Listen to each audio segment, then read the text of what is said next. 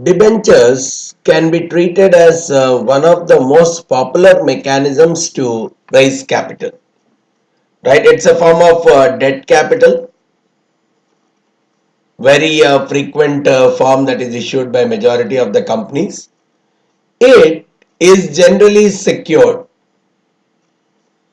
by the various assets of the company, and in this security there could be either a fixed charge against a specific set of assets, means probably a property kept as specific collateral.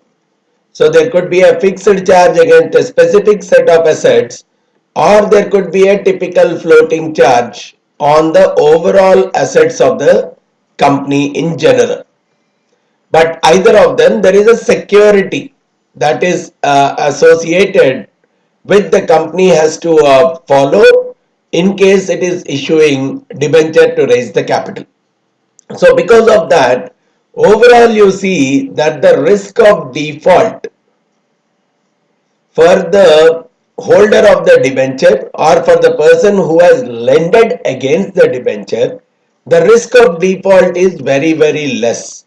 Though we will not say that it is zero, right? It's not risk free, because as the market interest rates change, right? As the interest rates in the market change, we could typically see that the value of this debenture also can fall, especially against the rising interest rates.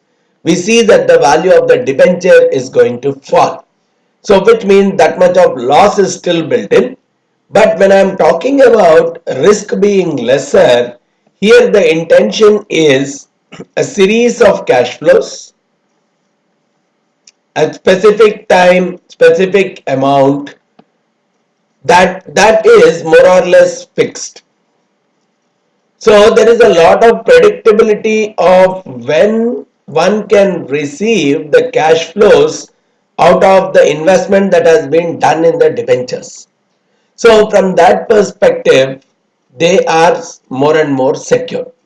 And on the other side, when it comes to the seniority in terms of claim settlement, especially when a company has winded up, right, compared to various creditors, raw material suppliers who have given the raw materials on credit, compared to various creditors, these debenture holders are going to get a high priority in terms of settlement. So even from that perspective, their risk is much lesser.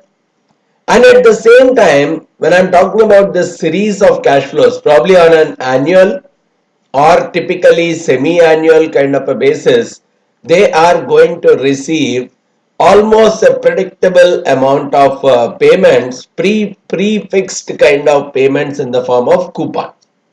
And if this payment is not required, even the agreement will clearly mention that the company can very well force or the debenture holder can very well force the borrower in terms of making the payment.